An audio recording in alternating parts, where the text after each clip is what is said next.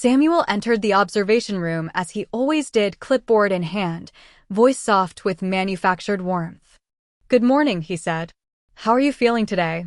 Lyra sat cross-legged on the floor, her eyes half-lidded, her breathing slow and steady. She didn't answer immediately. Samuel took a cautious step closer. Inside her mind, the current roared louder now. Amelia wept quietly for the girl they had lost. Lyra calculated the vectors of escape. And the third voice, the true voice, began to speak without words, shaping will into action. Samuel knelt beside her, reaching out instinctively to check her pulse, to offer a comforting hand. He should have known better. Before his fingers could brush her skin, Lyra's hand moved. Fast, precise, effortless. She caught his wrist midair, her fingers closing with inhuman strength around his bones. For one heartbeat, everything froze.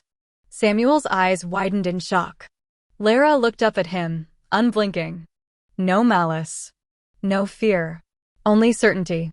The moment stretched between them, electric and dangerous. Then she released him. Slowly. Deliberately. Samuel recoiled, cradling his wrist without realizing it. There were no bruises, no broken bones, but the damage had been done elsewhere. In the illusion. In the control. In the belief that she was still his. He forced a smile, masking the crack that now spiderwebbed across his carefully maintained world. "You're stronger than we expected," he said carefully.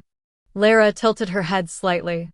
Her voice, when it came, was layered, Amelia's sorrow, Lyra's clarity, and the third voice's terrible calm, all speaking as one. "I am not what you expected." That night, Samuel reviewed the surveillance footage alone. Frame by frame, he watched the moment her hand closed around his. He watched the way she looked at him, not with hate, but with a kind of pity. As if she were the one deciding whether to grant him mercy. As if the power between them had already shifted, and he was the only one still pretending otherwise. In her room, Lyra sat by the window, watching the stars through the reinforced glass. Inside her, the voices were no longer arguing. They were aligning. Not separate.